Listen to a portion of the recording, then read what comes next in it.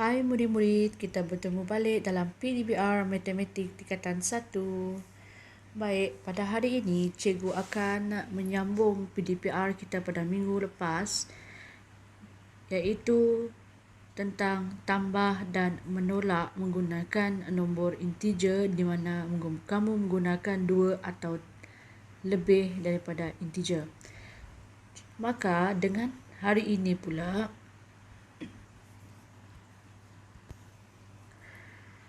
cikgu akan menjelaskan dengan anda tentang mendarab dan membahagi integer. Oleh itu, standard pembelajaran kita pada hari ini di mana anda perlu menguasai bagaimana mendarab dan membahagi integer menggunakan pelbagai kaedah. Yang seterusnya iaitu anda akan membuat generalisasi tentang pendarapan dan pembahagian integer. Murid-murid, merujuk kepada paparan dua jadual, dua buah jadual yang ditunjukkan. Bagi jadual yang pertama, anda akan mempelajari tentang operasi yang melibatkan iaitu peraturan pendarapan. Ini merupakan peraturan pendarapan di mana operasi yang pertama, operasi yang pertama positif darab dengan positif akan menghasilkan positif. Bagi operasi yang kedua, positif darab dengan negatif akan menghasilkan negatif. Bagi operasi yang ketiga, negatif darab dengan positif menghasilkan negatif. Dan operasi yang keempat, negatif darab dengan negatif akan menghasilkan positif. Bagi jadual yang kedua menunjukkan adalah peraturan pembahagian integer di mana operasi yang pertama menunjukkan positif dibahagi dengan positif tetap akan menjadi positif. Bagi peraturan yang kedua, positif dibahagi dengan negatif akan menghasilkan negatif. Peraturan yang ketiga, negatif bahagi positif menghasilkan negatif. Dan peraturan yang keempat, di mana negatif bahagi dengan negatif akan menghasilkan positif. So, secara amnya, hasil darab atau hasil bahagi dua integer dengan tanda yang sama bagi sesuatu integer positif. Bagi hasil darab atau hasil bahagi dua integer dengan tanda berlainan, sesuatu integer adalah negatif. Maksud dia, positif bahagi dengan negatif tetap negatif. So, itu dipanggil sebagai tanda berlainan. Tanda yang berlainan. Kalau tanda yang sama, contohnya positif bahagi positif, integer dia bertukar menjadi positif. Itu adalah peraturan. Murid-murid, bila anda melihat kepada pendarapan integer dan pembahagian integer, kedua-dua dia menghasilkan jawapan kepada integer adalah sama, di mana positif darab atau bahagi dengan positif sama menghasilkan positif. Iaitu kata kunci ni po. So po. Yang kedua, positif darab atau bahagi. Atau bahagi dengan negatif akan menjadi negatif, di mana po ne. Yang ketiga, negatif darab dengan negatif ataupun bahagi dengan negatif tetap menjadi positif, iaitu po. Murid-murid. Seterusnya yang terakhir iaitu negatif darab dengan positif menghasilkan negatif, iaitu po ne. Ingat sahaja kata kunci yang telah dikongsikan.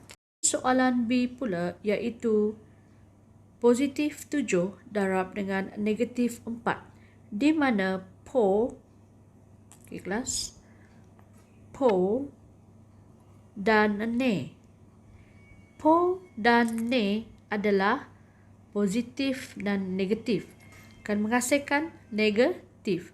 Maka dengan itu 7 darab dengan ini kurungan negatif 4 adalah negatif iaitu Ne, iaitu 7 darab negatif 4 adalah negatif 28.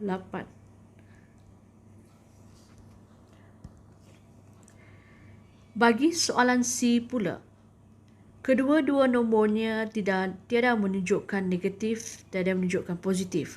Tapi sebenarnya soalan ini adalah positif 5 darab dengan positif 9. Maka dengan itu Po darab dengan Po adalah Po kan murid-murid. So 5 darab dengan 9 adalah positif 45. Okay, kalau positif tak payah letak positif kat depan. Okay. Hanya kenali nombor positif adalah tiada simbol negatif di hadapannya. Kalau ada simbol negatif di hadapan nombor ataupun integer, itu adalah negatif.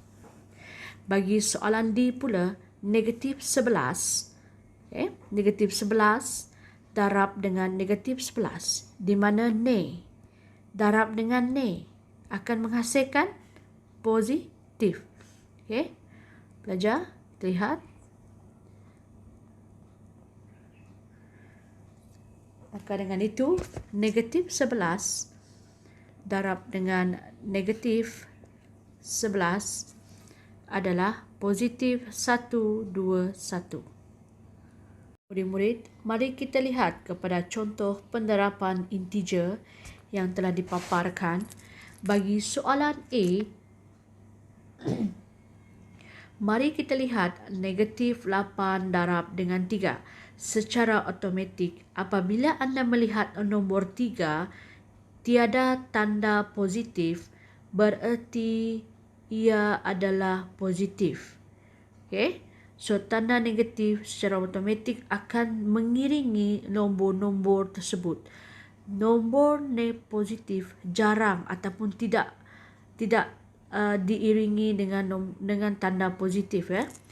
Maka dengan itu soalan A, mari kita lihat negatif 8 darab dengan 3, positif 3. So kita letak sama dengan, ingat murid-murid atau belajar, negatif 8 ni anda tak boleh tinggalkan. Anda mesti ikut sama. Bawa dia bersama. Darab dengan 3 bersamaan dengan, di mana negatif 8 adalah Ne, 3 adalah Po. So bila anda lihat di sini dalam peraturan, dalam jadual peraturan ini, anda lihat Ne dan Po. Ne adalah negatif, Po adalah positif, maka jawapannya adalah Ne iaitu negatif 24. Murid-murid, mari kita lihat contoh pembahagian integer pula. Untuk soalan A adalah 6 bahagi dengan negatif 2, di mana Po dibahagi dengan negatif 2 Ne.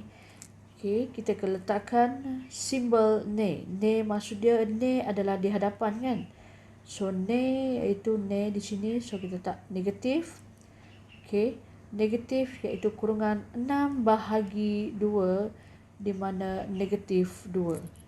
Jangan awak tulis Ne ini nanti bila tulis jawapan, tak payah. Ini hanya contoh yang saya tunjukkan kepada anda. Bagi soalan B pula, Ne bahagi dengan Ne. So kalau Ne bahagi dengan Ne, maksud dia adalah 12 dibahagi dengan 2. Sebab kita perlukan Po. Po adalah positif di hadapannya. Maka dengan itu 12 dibagi 2 adalah 6. Positif 6 jawapannya. Bagi soalan C pula, kita lihat di mana Po bahagi dengan po. Okay, kalau po bahagi dengan po secara automatik adalah po. So, po 45 bahagi dengan 9 adalah 5. Positif 5. Ini integer dia positif. Okay, po. Kena pasti dia ke depan ni. Bagi soalan D pula, iaitu ne dibahagi dengan po, maka dengan itu ne dibahagi dengan po akan menghasilkan ne. Kalau ne iaitu negatif di hadapan kan. So dalam kurungan 32 bahagi dengan 8, di mana negatif 32 bagi 8 adalah 4. Maka dengan itu negatif 4. Baik murid-murid, sekian saja pembelajaran kita pada hari ini.